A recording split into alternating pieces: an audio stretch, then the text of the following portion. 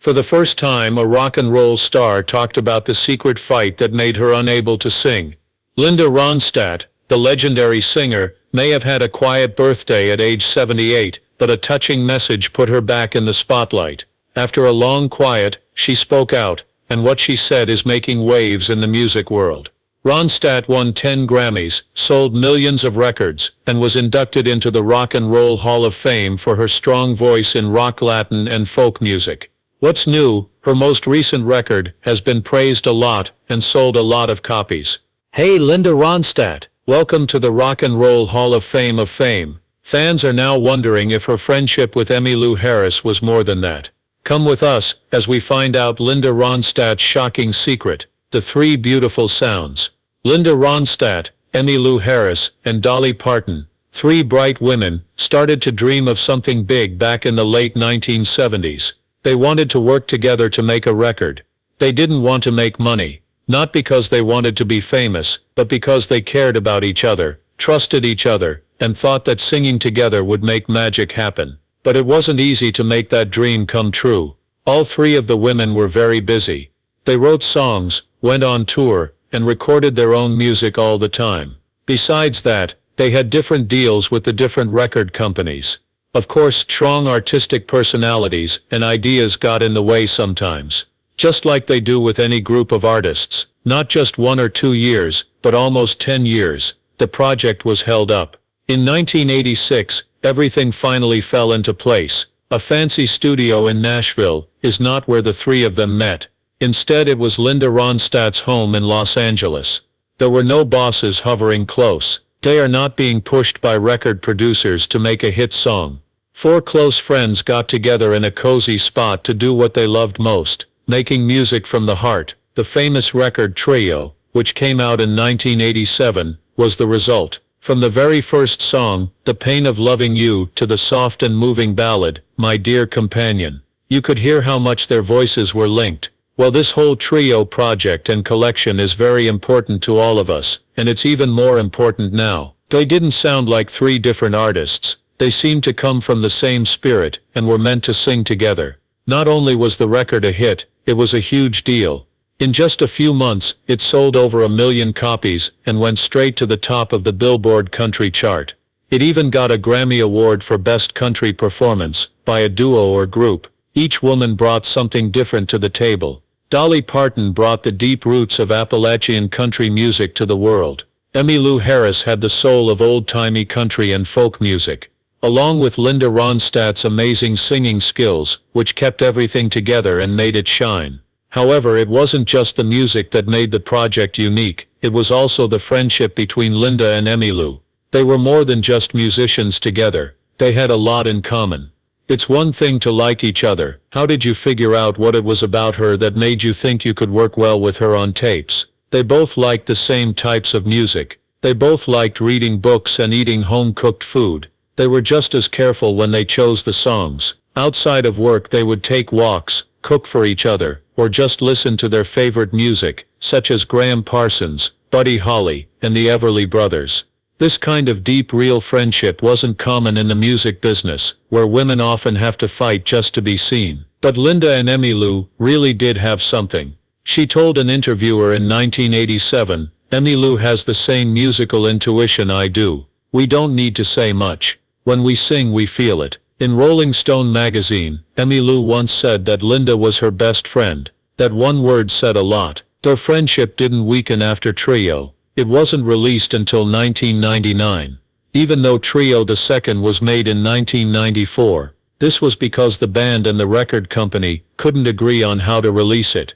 It didn't get as much attention as the first one, but it didn't need to. Both professionally and emotionally, it showed that their bond was still alive and strong. That's when it became clear. Not only were they successful on the music charts, but they were also successful in the bond they had with each other, a strong, quiet friendship that no record could fully explain.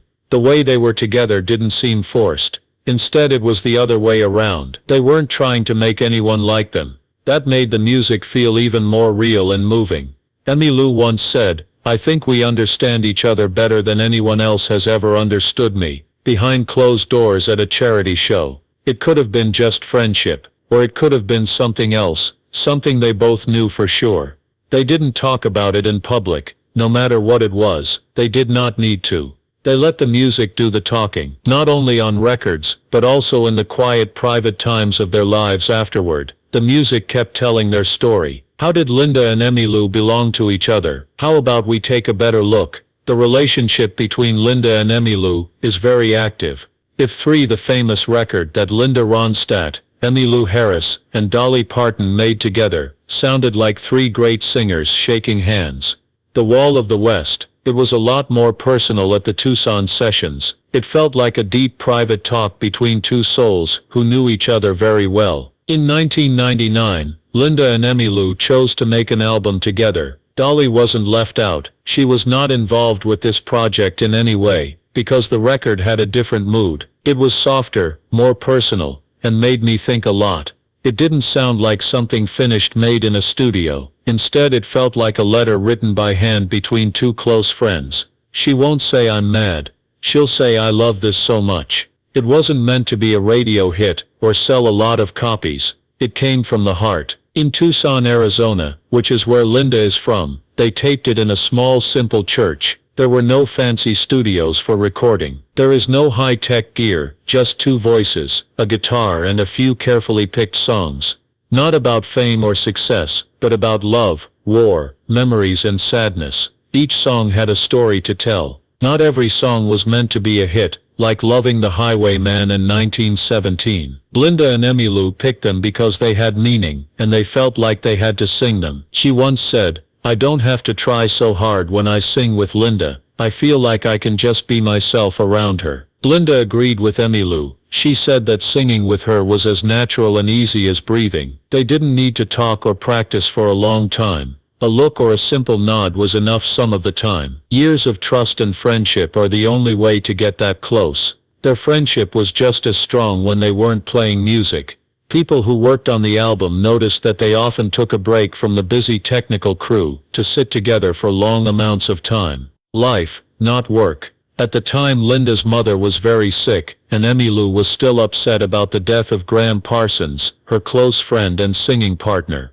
They talked about getting older, how success can make you feel alone, and the fears that many artists carry in silence. Years before, they lived close to each other in Los Angeles. They didn't live in the same house, but they were close enough that they could quickly stop by. They ate together, watched old black and white films, listened to old songs, and sometimes they just read books together in silence. Linda once said, "There were days when we didn't talk at all, but I still thought those were some of the best days of my life." They didn't try to be loud or get attention with their bond. It was steady and calm, and there were lots of quiet times. People paid attention to that quiet power. If you watch Linda and Emmylou walk together, it's like seeing an old married couple who have been together for decades and are totally in sync, even when they don't say a word. Later, that line was taken out of the piece because it wasn't fair, but people still thought about it.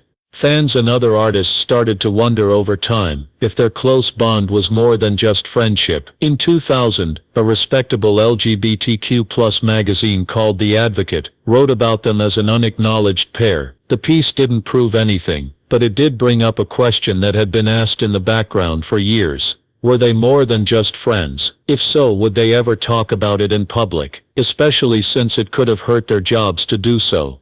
They both didn't give a clear answer. During a rare interview, Emmylou was asked about her love life. She just smiled and said, "I love music, and I love the people who make music with me." Her words were vague and could be taken in different ways, but they were polite, making it possible for me to put the sounds where it felt good. That it wasn't clear added to the wonder, and in many ways, the respect.